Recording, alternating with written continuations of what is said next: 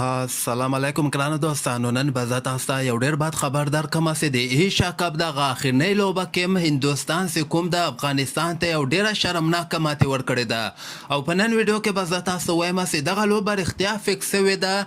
په دغه کې څومره حقیقت ده هغه به هم زه تاسو سره شریک کوم. ویډیو تر اخره پورې وګورئ، په هر څه به تاسو پوه شئ.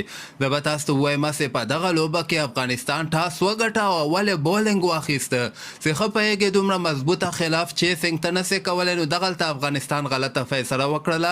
باید افغانستان په دغه لوبه کې بیټینګ کړی و، خو د هندوستان لپاره ویراټ کوهلي 122 رنزه کړي، KL راهول 2 رنزه کړي او ریشب پنت هم 6 رنزه ورته کړي دي. 213 رنزه ټارګټ یې افغانستان ته ورکړی و چې د افغانستان بالرانو فضل حق فاروقي 4 اوړو کې 51 رنزه ورکړي، مجید 4 اوړو کې 29 رنزه ورکړي، فرید احمد بیا 4 اوړو کې 52 رنزه ورکړي، 2 لوبغاړي مې اوټ کړي دي. رشید خان 4 اوړو کې 33 رنزه ورکړي، عظمت الله مرضیه ورکړي 8 ورکړي او محمد نبی 3 اوړو کې 4 رنزه ورکړي.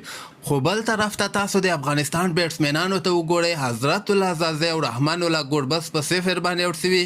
ابراهیم زدران بیا ښه بیټینګ کړی د 4 رنزه کړي او دغې نه علاوه لاندې کې رشید خان 15 او مجیب بیا 13 رنزه کړي دي. افغانستان په 10 اوړو کې صرف 111 رنزه کړي دي، نو ډېره بدترینه ماتې افغانستان وخوړله. په هندوستان په 101 رنز باندې افغانستان ته ماتې ورکړې ده.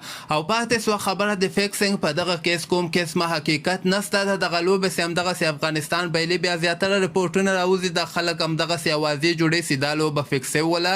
د فیکسینګ کوم قسمه حقیقت نسته ده، خو د افغانستان ډېره بیکاره لوبه په دغه میچ کې ترسره کړله. تاسو هم خپل نظر لاندې ما سره په کمنټ کې شریکولی شئ.